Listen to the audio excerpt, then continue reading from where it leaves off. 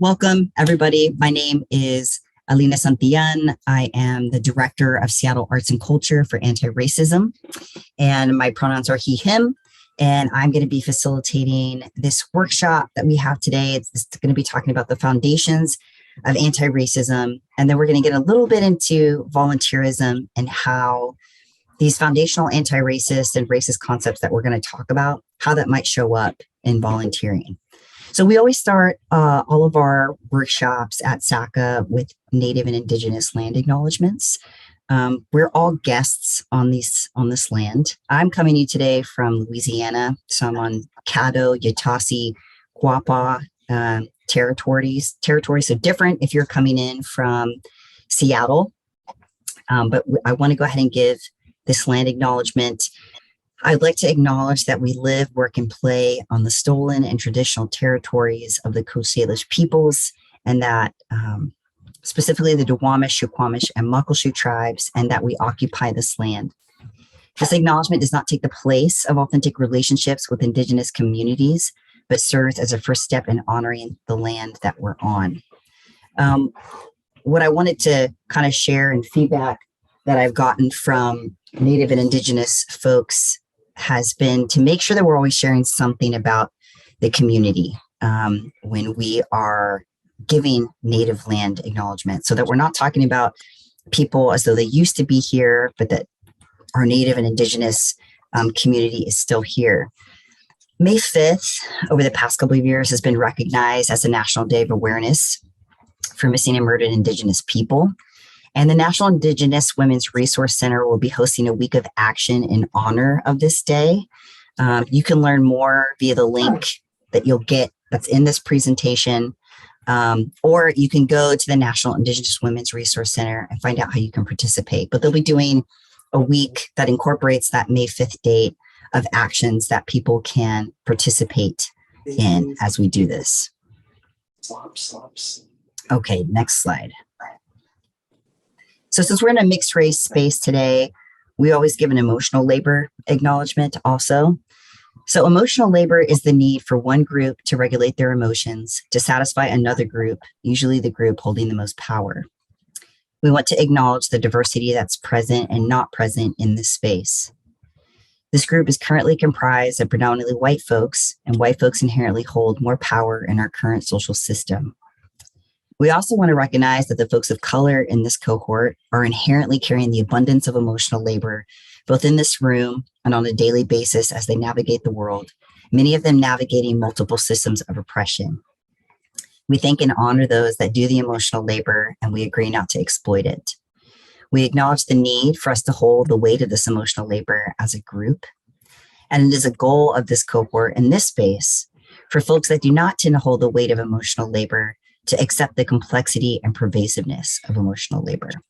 For many of us in this space, if we grew up white, we probably didn't grow up talking about race. It probably was not something that was necessarily on the table. If you grew up as a person of color, we probably can all acknowledge that we probably did grow up talking about race. And so when we're talking about emotional labor, we want to acknowledge in this space that this is a heavy conversation. It's a privilege to be able to enter in spaces like this as a white person and learn about racism rather than having to learn about racism by experiencing it. So when we're talking about emotional labor, we're acknowledging the weight that people who don't identify as white, who do not move about the world as a white person, that after this training, they have to go back into the existence that they move about the world in, right? We don't get to take off parts of ourselves as we engage with the world and have the world engage with us. So as a community, we want to agree to hold that emotional labor together.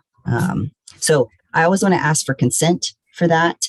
If people feel like they can't show up in that way and kind of say, hey, I'm in agreement with that. Maybe this isn't the best space to be in today. Maybe it's a different workshop. But if you are in agreement and you want to show up here and be curious and aware and acknowledge the space that you have, if you'll just give me a thumbs up with your real hand, or you can give me an emoji thumbs up or a heart or any kind of emoji, but just saying, hey, I'm in agreement, Alina. I am willing to hold the weight of this emotional labor as a group. Wonderful. Thank you for all those thumbs up. Awesome. Great. Okay, we're going to get started into the community agreements. So these are just a couple.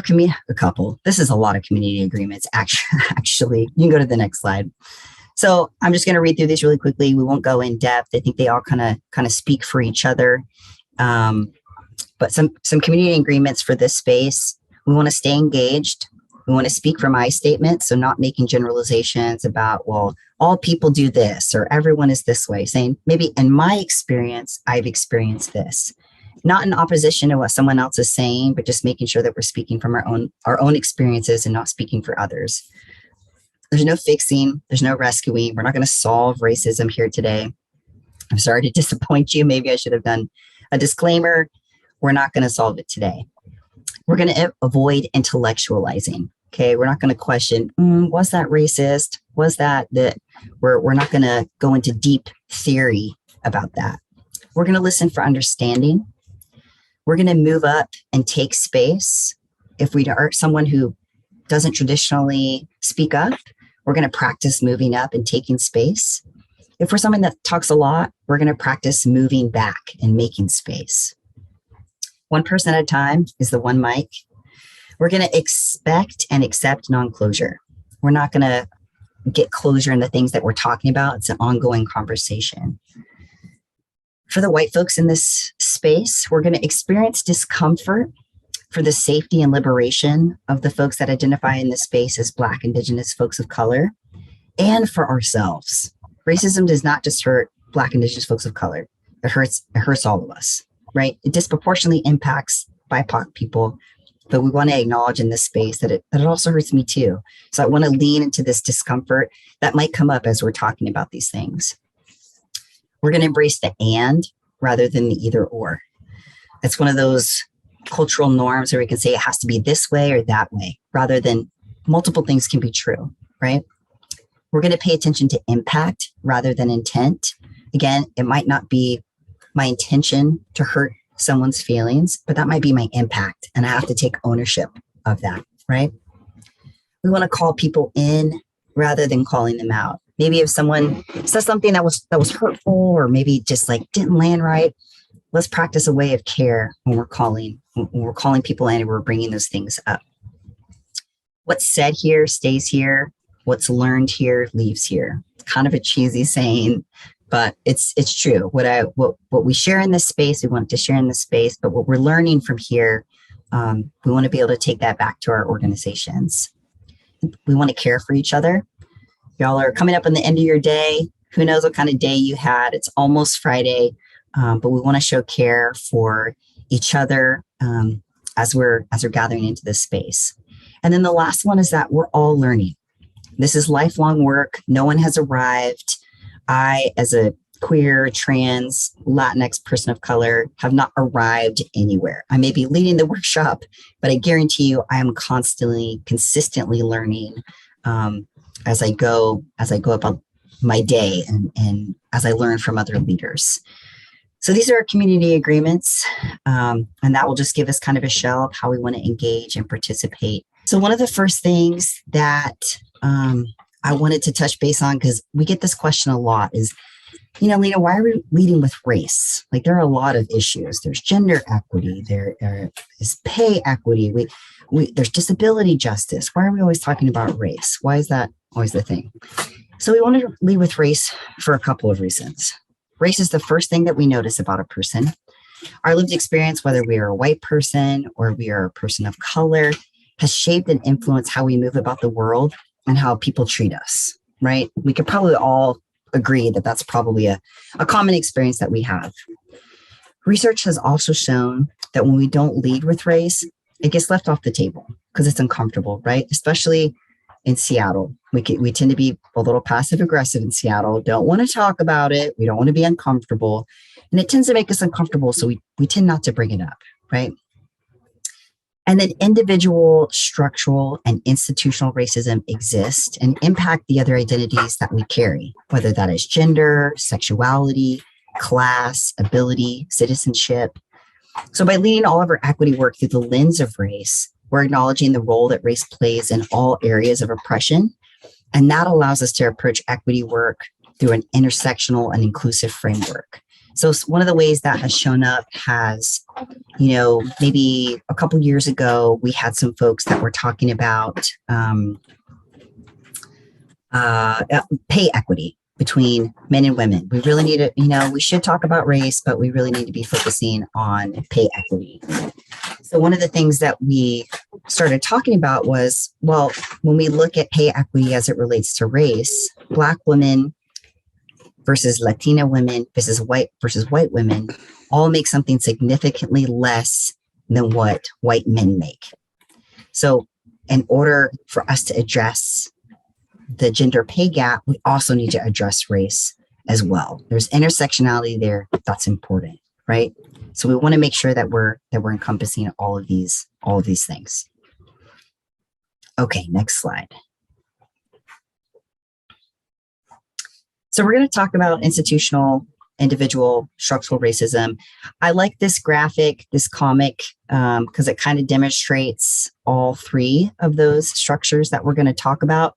I'll read this in case it's too small for folks, but there's a comic graphic up here. It says how Bob's great-grandparents got into the U.S. Underneath the comic, it says, our immigration laws should make it easier for the right kind of people to immigrate. How Bob's great-grandparents became homeowners. We are so happy to approve your mortgage loan. In the background, there's a Black couple that says, sorry, we can't help you. The next frame, how Bob's dad began his career. The guy has his shoulder around the young man. We like you. You seem like one of us. We're offering you a foot in the door. There's a Black gentleman behind them getting the information. Sorry, the position has been filled. It says how Bob's great-grandparents became homeowners. We only show homes in this neighborhood to the right sort of people. And the young couple is saying, luckily, your parents can help us with the down payment. The next graphic, how Bob got through his teens. The police officer is telling the white kid, I'll let you off with a warning, but if I catch you with drugs again. And then behind, there's a Black or brown young woman that says, kid, you're under arrest. And then the last picture is of Bob. And Bob's like, I've never benefited from racism. What all are you talking about? So kind of is a good example of like individual, institutional, structural racism all working together. And we'll learn more about what each of those things are as we go through the PowerPoint. So we're going to get into the just basic definitions. We want to make sure in this work that we're all using the same definitions when it comes to racism, right? We might be using different definitions at our organizations. And sometimes if we're not all on the same page foundationally, that can make it really challenging for us to move the work forward. So we want to make sure that we're using the same types of language and definitions. Racism. So racism is different than prejudice. It's different than discrimination. Can someone maybe tell me why it's different? Outside of the privilege plus power, how would you define prejudice? Anybody can just unmute and call that out. You can define prejudice or discrimination, whichever one you want to define.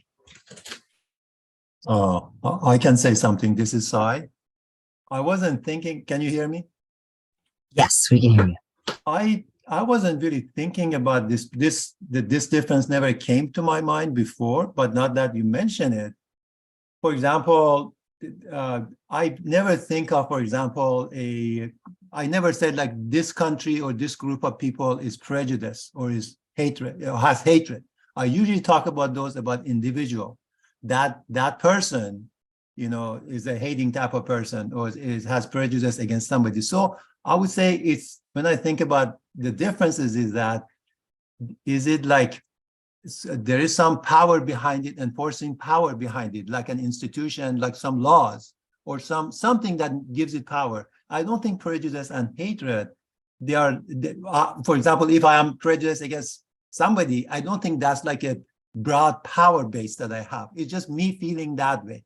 I would say it's more individual versus like some organized way of doing it, which is the racism, something like that. Yeah, that's a great definition. And you kind of mix prejudice and discrimination in there together and the way that you were defining that. Does someone else have another definition they want to take a stab at it? And again, you can just unmute.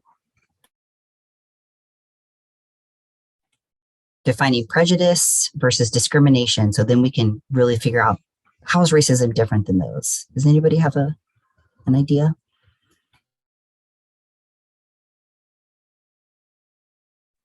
If you can see my white dog behind me in the blur background, he has an idea.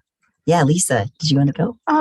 Yeah, I think that prejudice is having a stereotype and then just defining the whole group of people by that stereotype rather than their individuality. Hit the nail on the head. You and Cy, gold stars, hit the nail on the head. So when we're talking about the difference between prejudice, discrimination, and racism, prejudice is an unjustifiable, usually negative attitude about a certain type of individual or a group. It could just be, you had an experience with one person and now everybody's like that, right? So it's usually negative. It's usually doesn't really, you can't really justify it. And it can be about an individual or a group. Discrimination is an action. So that's where that prejudice starts to feed into an action, and it is the unequal treatment of members of various groups based on race, gender, class, sexual orientation, ability, religion, any other category that you can think of. But it's when that feeling about someone or that idea turns into an action. Now, the reason that racism is different is because there's an element of privilege plus power. You can't have one without the other. So when we're looking at privilege plus power, it's different than hatred, discrimination, or prejudice because it involves one group having the power to carry out systemic discrimination. Again, there's that action through institutional policies, practices, by shaping cultural beliefs and values that support those policies and practices. We'll get into examples of what the different types are. But does anybody have an example before we start of what would be an example of systemic discrimination? So racism, like system based. You can talk about the criminal justice system. You can talk about the education system. What would be an example of racism according to this definition?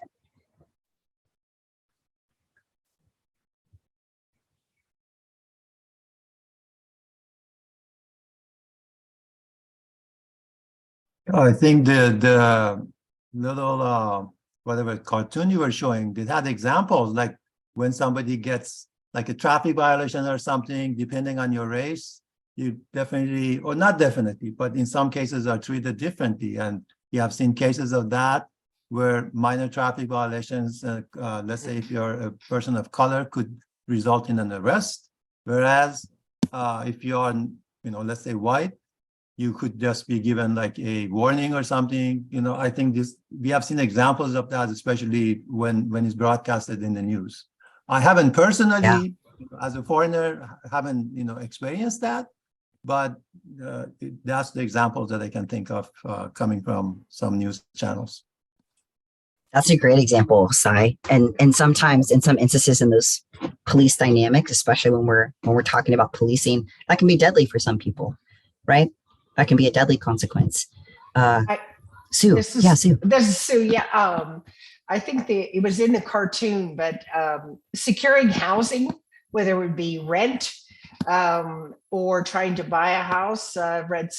Read some reports of people that their neighbor got a higher value for the same house than they did, and they were a family of color. Right. Yeah. So yeah. Not having opportunity to get access to housing. We'll go over a little bit. You'll see a graphic I have later about redlining, saying like these houses or this neighborhood is not desirable. The people that live in this neighborhood, we're not going to allow them to have, we're not going to give them home loans. They're not allowed to live in these houses in these neighborhoods. That's a great example. I think Sue, maybe, or not Sue, someone else had their hand up too. I missed you. Yeah, I did. But I was going to talk about redlining. So HOA regulations that specified that you had to be white to live here, and inability to get homeowners insurance in certain areas. And yeah, So those are great examples of how individual acts of racism connect to these institutional policies at, say, a bank, and then how that connects to systemic racism of like housing, right? And that's important. According to Maslow's hierarchy of needs, we need housing. We need our basic needs met, right? So racial equity then is the condition that would exist or that would be achieved if one's racial identity no longer predicted statistically how one would fare. I would say it doesn't matter if you're black, white, brown, it doesn't matter what color you are, that has no impact on your ability to get housing, get a good job, stay alive if you get pulled over by the police, like all of these things. It wouldn't matter if we're working. Racial equity is the condition that we are trying to work towards. That is where anti-racist work, that is what we're going to. When we're doing anti-racist practice, that's what we're going towards, is that racial equity condition. Okay, great examples. All right, next slide. So we're going to break down the different types of racism. So we have individual racism, and that refers to the beliefs, attitudes, and actions of individuals that support or perpetuate racism. Individual racism can be deliberate, or the individual may act to perpetuate or support racism without knowing what he or she is doing. So, or they, he, she, or they. I need to adjust this slide. Whatever your gender identity is. So you might not know that something that you're doing based on your privilege and the power, systemic power, or power in your position, that might be harmful. You might not know. It might be deliberate. It could be using a racial slur. It could be believing inherently in the superiority of white folks, other folks, other groups. It could be avoiding folks of color. Maybe you cross the street. Maybe you lock your doors, right? We have to examine all of these things. What are the ways in which I might be perpetuating harm, right? And then I think one of the most insidious forms of racism is just accepting things as they are. It benefits me. It doesn't benefit them. That sucks, but I'm not going to change it because that's just the way that things are, right? And it might really be connected again to power. And we have to start unpacking that kind of discomfort around what is the privilege that is afforded of me, that is afforded to me by maintaining the status quo, right? Okay. Any comments on individual racism? Okay. Institutional racism. So this is where I found there's a graphic that they had in the archives at the library that had a redlining and divestment in central Seattle and how the banks are destroying neighborhoods. This was an actual report to the community by the Central Seattle Community Council Federation in 1975.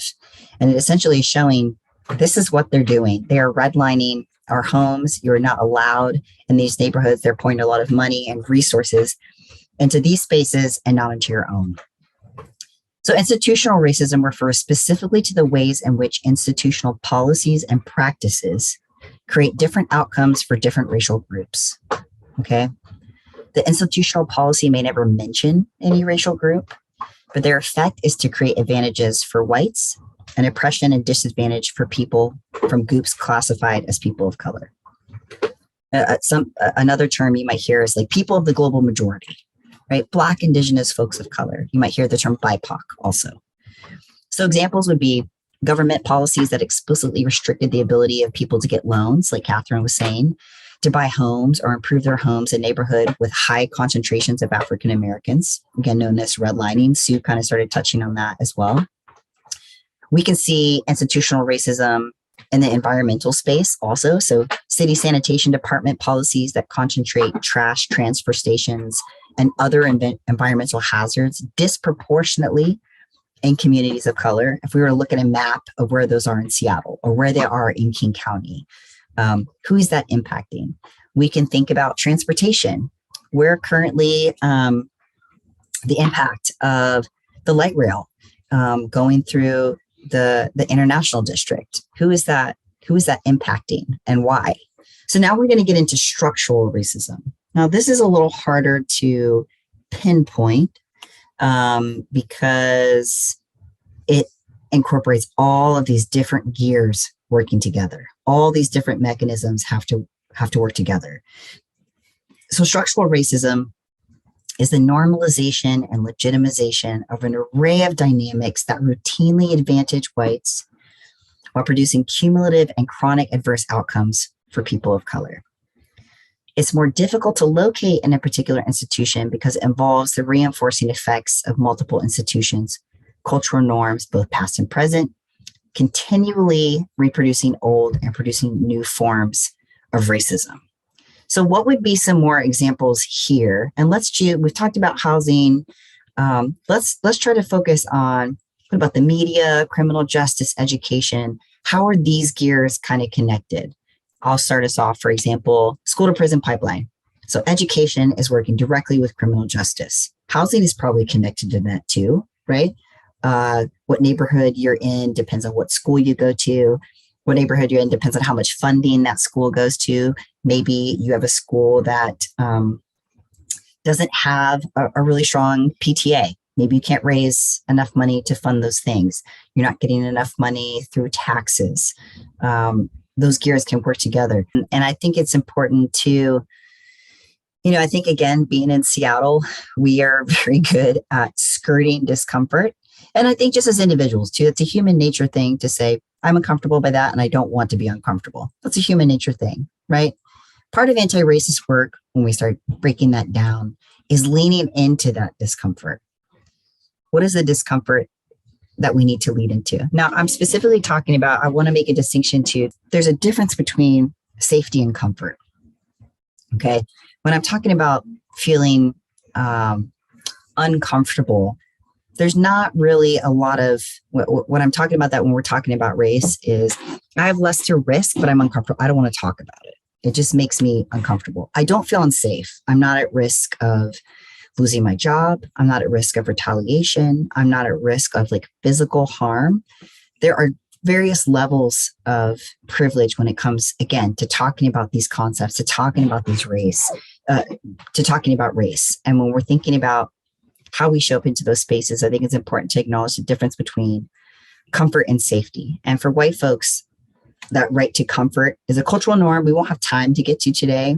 But when we start talking about white supremacy cultural norms, I encourage you to explore that characteristic. We'll do that in future workshops, but I think that's really important to distinguish. There is a difference between comfort and safety when we're talking about these things. And when we're talking about voting, like where we are spending our money, where we're spending our resources, who we are voting for, all these things impact the culture that we exist in. And thank you for bringing that into this space, specifically around taxation and schooling. If you look at Rainier Beach High School compared to even Garfield, or going over to Lincoln, they distinctly make those schools take in and receive different amounts of money.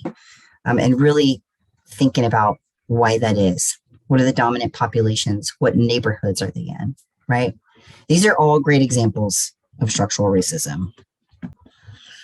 So we're going to jump in here and get into the origins of volunteerism.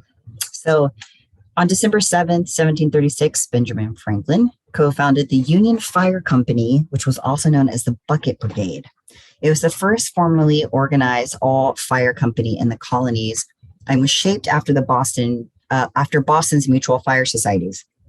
The difference, which I found out in some digging, between the societies in Boston versus Franklin's Union Fire Company was that the former protected its members only.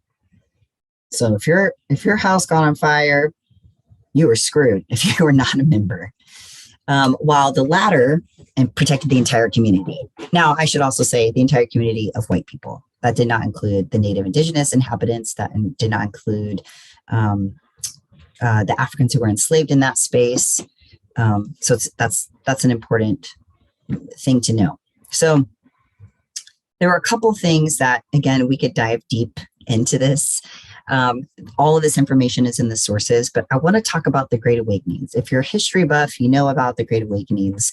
The first Great Awakening was, the theme around this was purity versus need saving. This is race-based. So this was at a time where The color of your skin obviously impacted how you were viewed, either as pure or you need saving.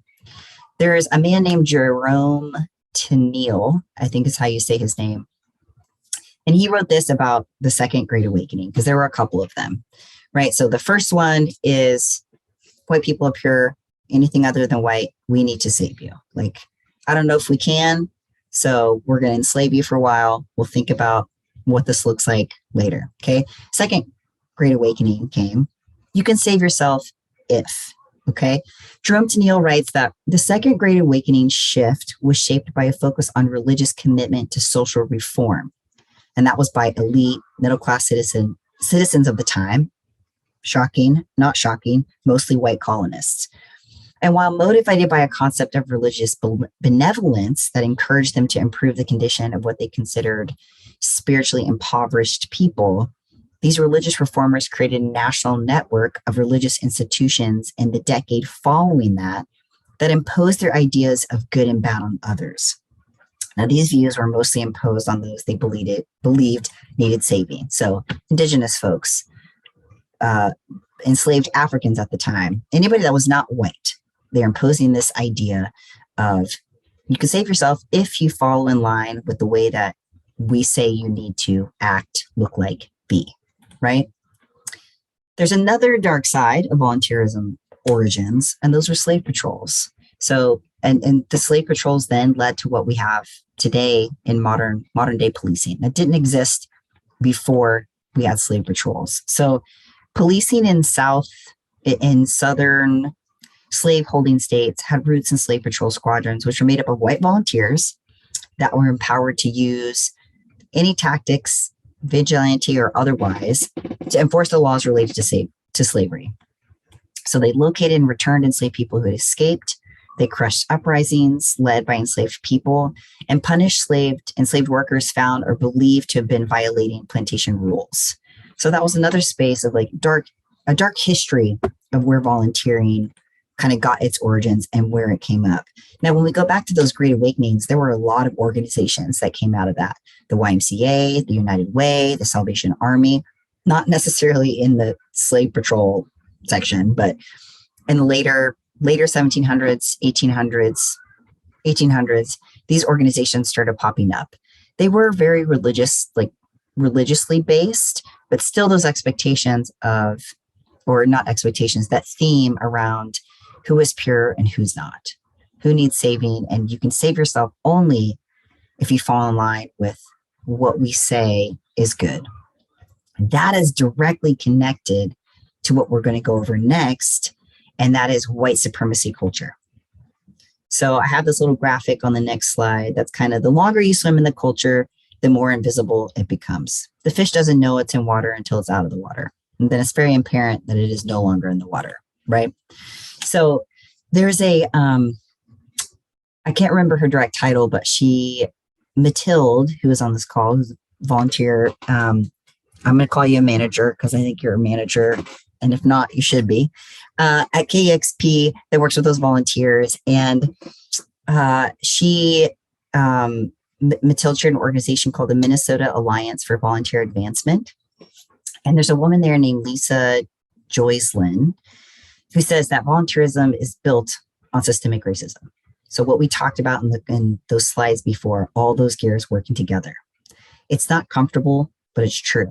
So she gives us an opportunity to lean into that discomfort. And then she kind of poses this question, how do we know that systemic racism is embedded in volunteerism?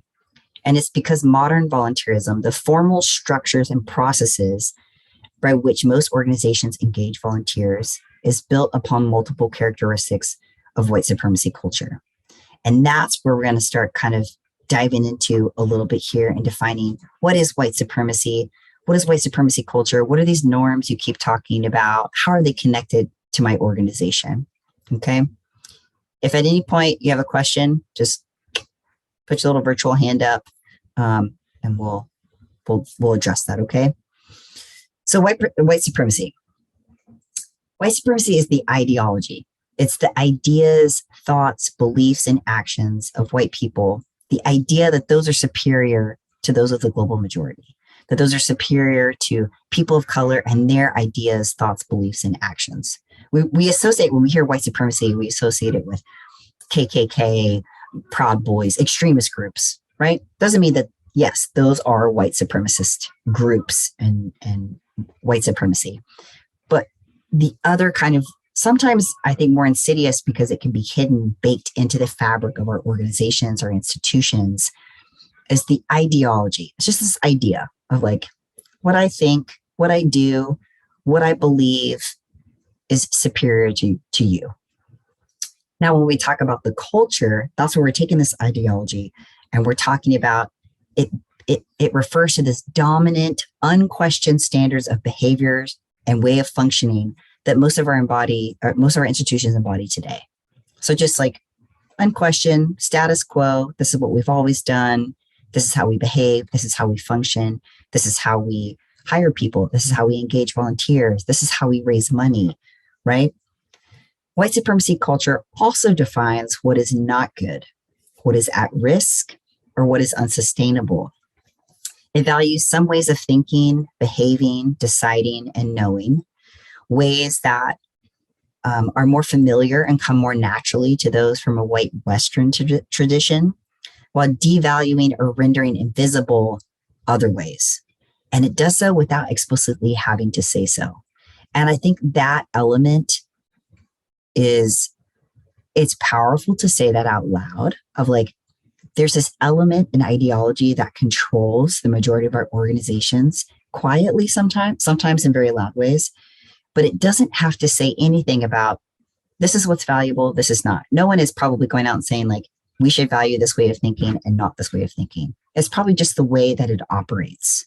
As a volunteer in orgs, it makes me question, what are the values of my organization? And how far is my organization willing to stand in alignment with those values? Here are my values as a volunteer, and my expectation in being of service to this organization that I love, that I invest my time and my resources in, is that they are in alignment with my values also. So what are we valuing and how, right? The ways that I think there's this idea, I can't remember who talks about it. There's another person in the volunteer space that talks a lot about BIPOC communities, people of the global majority are constantly volunteering as a way of life, as a way of culture. It's not in these formal spaces. It doesn't mean that they're not BIPOC folks volunteering. Obviously, there are. And in what ways are we acknowledging and honoring that labor that exists out of these formal spaces, right? People that just do it in their culture because it's a part of their culture, not because they get something from it. And I think that element has to be acknowledged too. And we're totally going to get to what you just shared as we start digging through some of these white supremacy cultural norms. Again, we won't be able to go through all of them, but we're going to touch on a couple of them that I think are important. So this next slide is here's a list of all of them. We definitely cannot go through all of them today. I think probably most of you would fall asleep and then you would be here till 8:05 your time. So we're only going to cover a couple of these today. But I wanted to make a point on here. So Tima Akun did this work with a person named Kenneth Jones, and they have, I think this article came out in 95, 99. They've since expanded on it and have called out some more cultural norms that have just become apparent over time, and then also how they're connected. But I wanted to read what she wrote kind of at the beginning of the article that she wrote. She says, this is a list of characteristics of white supremacy culture that show up in our organizations. Culture is powerful precisely because it is so present and at the same time so very difficult to name or identify.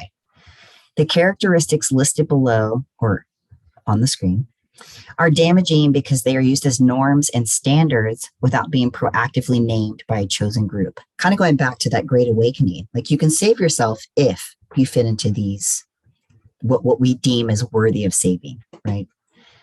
She says they are damaging because they promote white supremacy thinking. Now, because we all live in a white supremacy culture, these characteristics show up in attitudes and behaviors in all of us. So they show up in white folks, And these also show up in folks of color. Therefore, these attitudes and behaviors can show up in any group, in any organization, whether it's white-led, predominantly white, in an organization that is serving folks of color or led by folks of color. These norms can show up and be a part of that. Now, going back to what we talked about at the beginning of the PowerPoint, when we were talking about racism, when we were talking about privilege plus power, how this is connected to cultural norms. White supremacy culture, we all exist in a white supremacy culture. Within the context of the United States, we are all getting messages of good, bad, right, wrong, valuable, risky, not valuable, desirable, not desirable, right? For myself, as a light-skinned Latinx person of color, I'm always going to horizontally oppress other folks of color. Anti-Blackness will show up in me. Other ways of anti-Asian sentiment. These are things that, because I exist in this culture, are impacting me and impact the way that I think, the actions that I take, things that I say, the way that I move about the world. That doesn't mean that I'm bad. It means that I have lifelong work to undo those narratives that I get, to hold myself accountable to other folks of color in doing this work, to get to the root of why did I think that? Why did I say that? How do I adjust my behavior, my way of thinking? How am I holding myself accountable to the lifelong work that I have to do? So I'm not horizontally oppressing other folks of color, but using that as an opportunity to build collective power with them. That's an important element to make, right? I say the word horizontal oppression because it's different than racism. For folks of color, within the context of the United States, I'm going to use this, we are not the dominant group. We're not the dominant group that's in positions of power. The dominant group are people who identify as white, are white folks. That is who currently upholds power within our system. That's not to say that there are not individual white folks that don't face barriers, that don't face things that are challenging, that are difficult, right? But I'm talking on a systemic level, okay, who the people in positions of power are. It's not folks of color. We're talking about white folks, right? Systemically. So for me as a person of color, I'm always going to horizontally oppress other folks of color. It is my lifelong work to undo that. Okay, buckle up. It's okay. I'm not going to leave you after I say this. Deep breath. For all white folks are going to be racist. It doesn't equal bad. It means that just like I have lifelong work to do, you also have lifelong work to do to dismantle the ways in which these white supremacy cultural norms show up in us. We all have to do that kind of uncomfortable thinking around, was that racist? Was that harmful? Where did I get that message from? How do I shift my behavior? Who do I need to make amends to? Maybe there's something that I've done that was unintentional that I'm aware of now that I need to apologize for, or that I just need to change my behavior and to shift those things. We get caught in these cycles, especially in Seattle, of equating it with bad. Being in Louisiana right now, having spent the last 15 years in Seattle, it is like a time machine. I've gone back in time, and I am now in a space where it is such a reminder of the bubble that Seattle can be. And I think a lot of times our culture within Seattle, we do a really good job of being like, we are not Tennessee. We are not Kentucky. We are not Tech. Oh my gosh, we are not Florida. Thank goodness. It's great to not be those elements that we are pulling from those states that have been harmful, right? And I think sometimes it postures us or protects us from doing our own self-examination around I'm not passing any,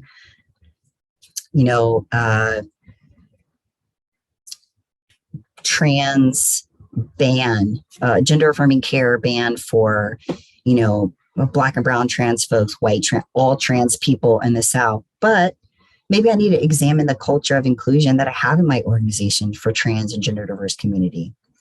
There's some intersectionality in that piece, right? What are some ways in which we kind of posture in Seattle rather than being like, yes, that's not happening here. And here are some things I need to examine in myself of how I might be perpetuating harm. Here's the identity that I carry and that I hold. Where are my blind spots?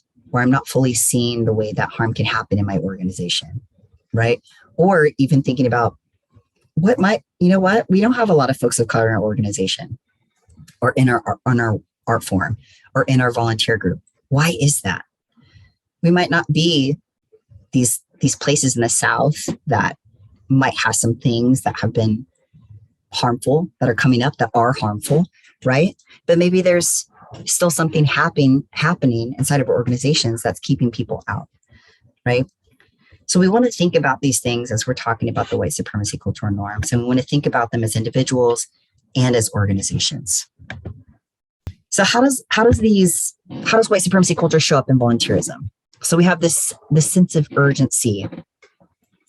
Tima Akun describes this characteristic as a continued sense of urgency that makes it difficult to be inclusive, and a practice that frequently results in sacrificing potential allies for quick or highly visible results.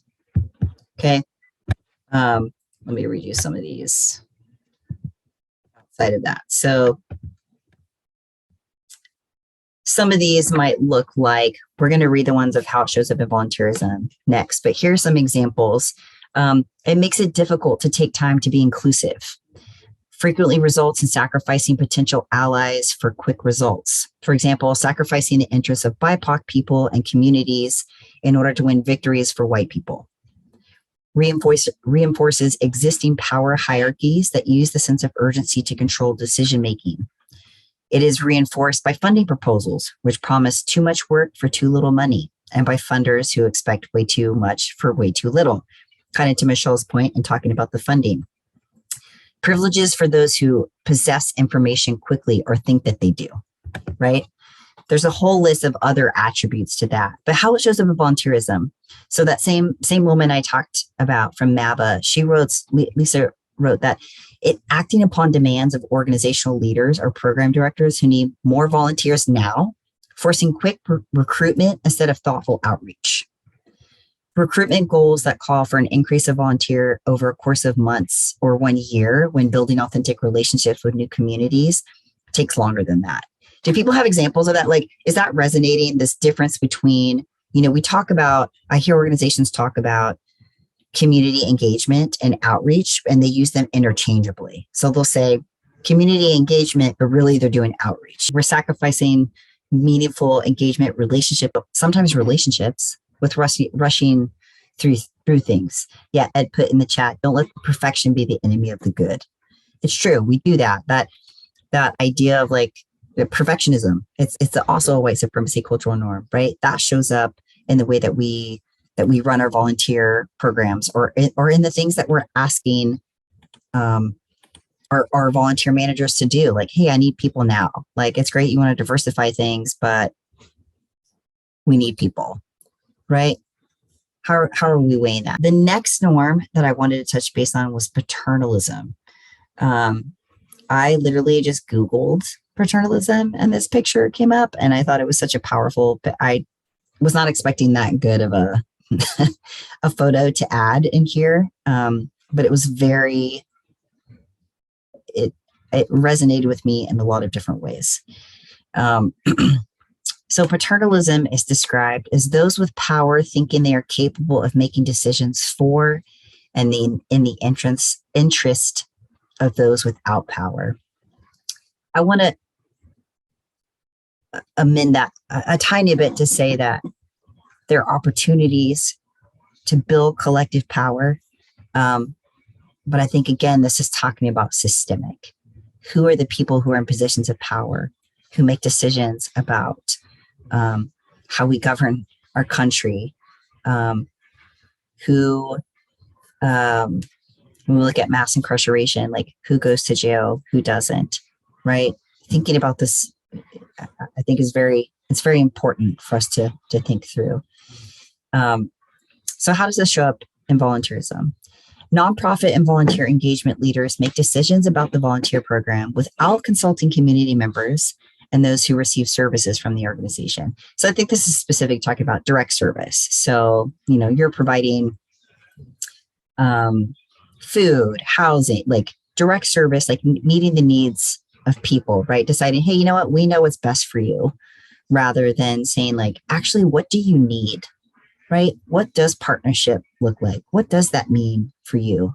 In the environmental space, I know environmental orgs that are, led by all white folks who are examining, we are not the ones that are most impacted by environmental racism.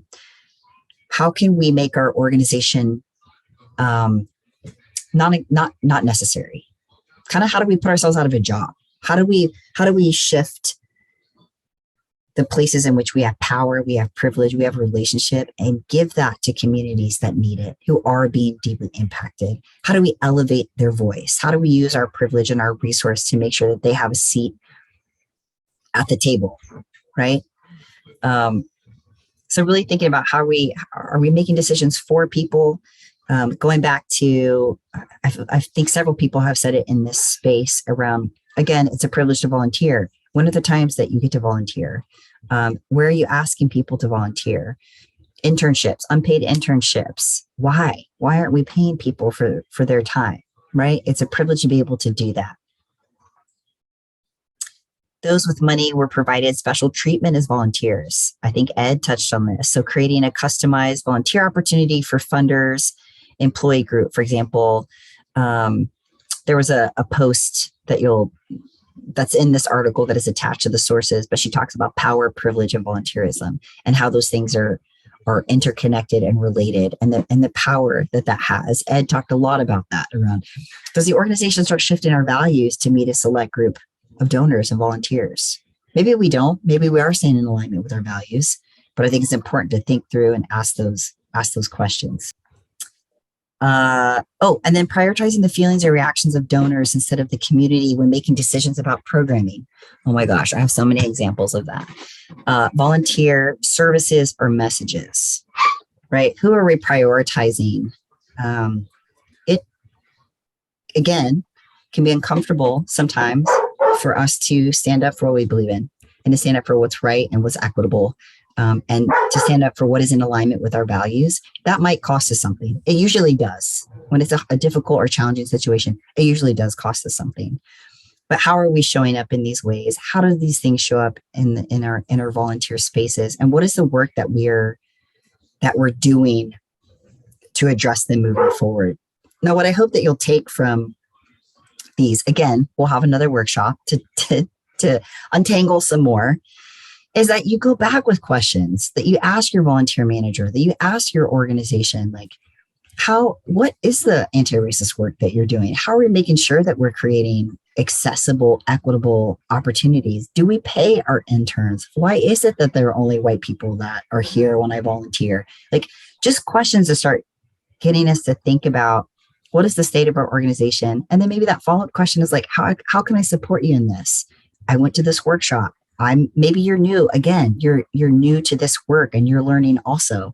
Like, how do we find ways to grow and learn together? And again, what I love about SACA is that we're able to bring a lot of different arts and culture orgs together with the hope that we can build collective power, that we can do some community building, and that we can learn and hold each other accountable, right? That we're not doing this work just in silos, which I think is important. We are not here to save anybody. We kind of have that as a community agreement at the beginning too, of like, there's no rescuing, there's no fixing. We're not going to save everybody. We're not going to save anybody. That's not our role, right? The powerful thing about doing this work together in mixed race spaces is that it is about collective liberation, right? The things that, and we'll have, just as we kind of continue this series and expand, we'll have separate caucuses. We'll have a BIPOC caucus. We'll have a white caucus, probably in the next workshop. And again, that goes back to that safety, comfort conversation I had where, like, I would like to make some space for there to be some white folks that maybe feel uncomfortable in this space, which is a good thing. If you're if you're uncomfortable, it means you're untangling the stuff and doing some work there, which is important. But I want to create space for people to specifically to center BIPOC folks in this space so that they feel safe and being able to share their own experience. So they're not re-traumatized as other folks are trying to process or come into a place of enlightenment about the work that we're doing. So as we're moving forward, we'll definitely have some caucus time to separate and to dive deeper into the subject matter that we've been going over. And I wanted to acknowledge that. But Ed, I think ending on the point that you made about saviorism is important. Most of our organizations don't do direct service work, but even in thinking about how are we diversifying our volunteer pool, most of the people in this room are not the people who are making those decisions. You are actual volunteers. So kind of my comments around here are questions you should be asking and thinking about the internal work that you need to do as your own individual, as you're doing anti-racism work. If you're a person of color, your own anti-horizontal oppression work that you're doing, and how is that connected to the organization that you're volunteering at and that you're supporting, right? These are all important things to be untangling and to think about as we move forward. Thank you so much for being here and for spending the evening with me. Stay tuned for more information about the next couple of workshops.